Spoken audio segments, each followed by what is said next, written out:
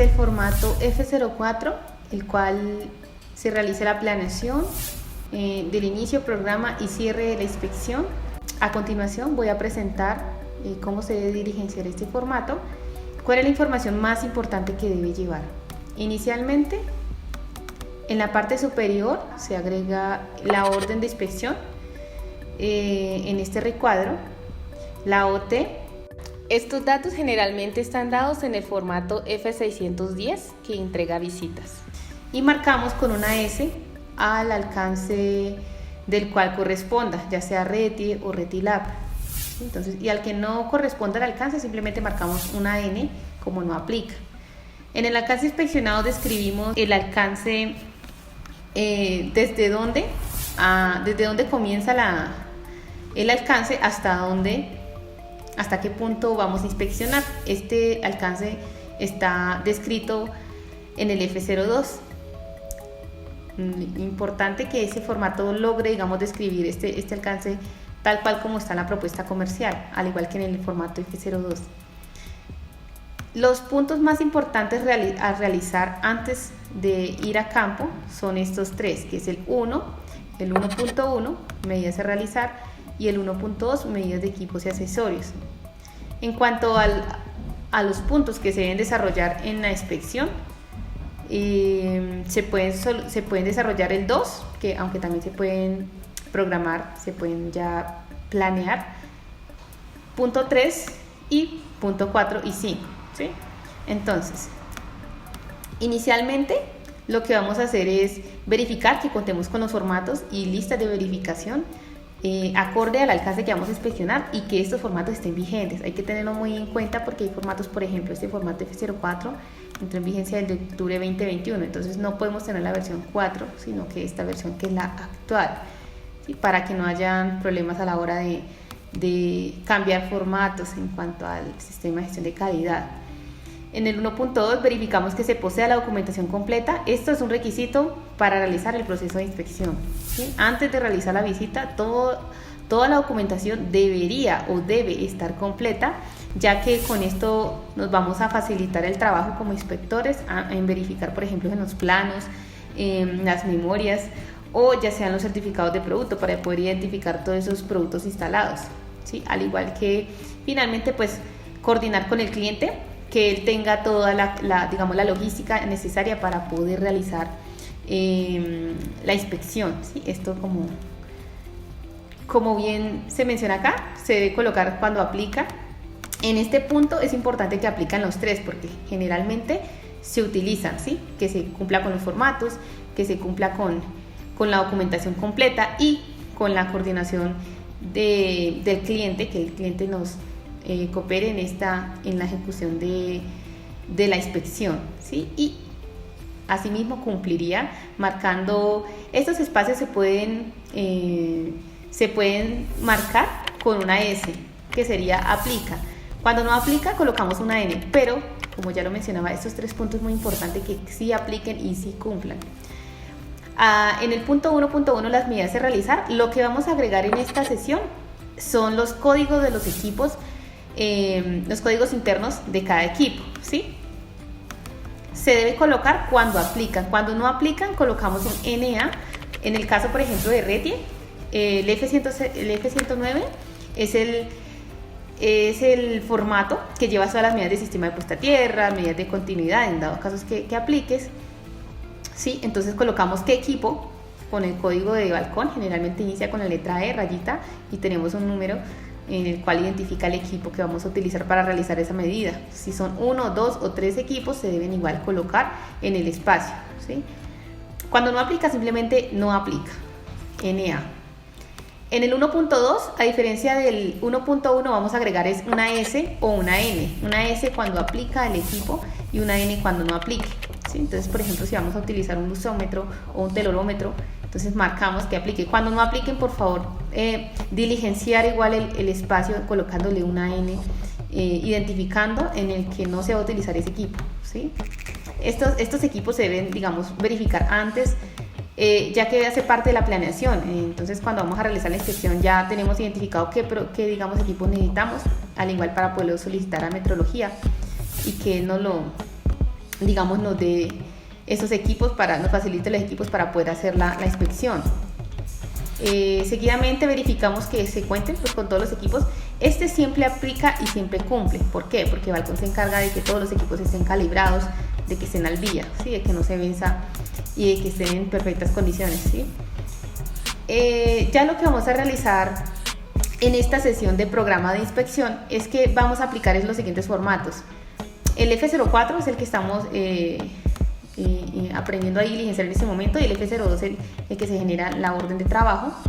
Estos siempre van a aplicar, ¿sí? Entonces, como lo describen, como tenemos la descripción, ahí se informan al cliente el alcance, las actividades y digamos que todo el tema de a qué alcance vamos a inspeccionar. También es muy importante evaluar los riesgos asociados. Esto lo vamos a ampliar más adelante, el F17, el de riesgos operacionales, en los cuales se deben identificar y siempre debe cumplir, ¿sí? Entonces aquí debemos colocar siempre la S de que debe cumplir, ¿sí? Son formatos que sí o sí tienen que ir, al igual que 2.3, presentar e indagar para aprobación el plan de trabajo. ¿Por qué? El F53 y el F54 son dos formatos, dos instructivos que yo les voy a facilitar también la información para que ustedes tengan. Esos instructivos son: el F153 es el instructivo para realizar la inspección en RETIL, ¿sí? Ahí digamos que lo que se hace es verificar el inicio, lo que se debe hacer antes, durante y después de la inspección, ¿sí? Entonces es como una manera general para que siempre tengamos esos puntos en los cuales podamos verificar que hemos realizado bien el trabajo, de que se hizo un paso a paso y de qué debemos hacer en caso de, por ejemplo, de que tengamos, no sé, algún inconveniente, ¿sí? El F54 es el formato del instructivo para retilado, ¿sí? Entonces, estos dos son dos instructivos, uno para red y el otro para retilante, siempre debe cumplir. Realizar los ensayos funcionales de los equipos, estos también se hacen desde acá, desde Balcón, entonces siempre tienen que aplicar, siempre deben de cumplir, porque digamos de esa manera se aseguramos de que la inspección salga bien. Al igual que aplicar las listas de verificación, estos dos listados son muy importantes. ¿Por qué? Porque en el F168, que es la matriz de inspeccionales, podemos identificar qué equipos hay en el alcance. Y en el F129, qué listado de medidas y pruebas vamos a realizar. Entonces siempre debe aplicar, con una S marcamos.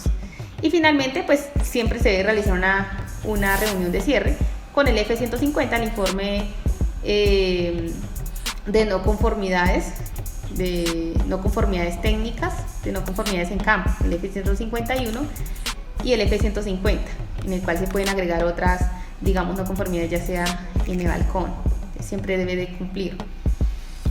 En campo, ¿qué se debe diligenciar? La reunión de apertura en sitio de inspección. Lo más importante en esta sesión es que en la fecha se anote la fecha en la cual se realiza la inspección. Entonces vamos a la inspección y colocamos, por ejemplo, hoy es 21 de febrero, entonces colocamos 21 de febrero de 2022, colocamos la fecha y la hora a la cual iniciamos la inspección, y asimismo colocamos la fecha y la hora de cierre de la inspección. Por ejemplo, si se hace la inspección en 2 días diferentes, entonces debemos llenar 2 F04. ¿Qué quiere decir? El día de hoy realizamos una inspección, pero no terminamos, entonces colocamos la hora de ingreso y la hora de salida, digamos, a la hora que terminó la inspección.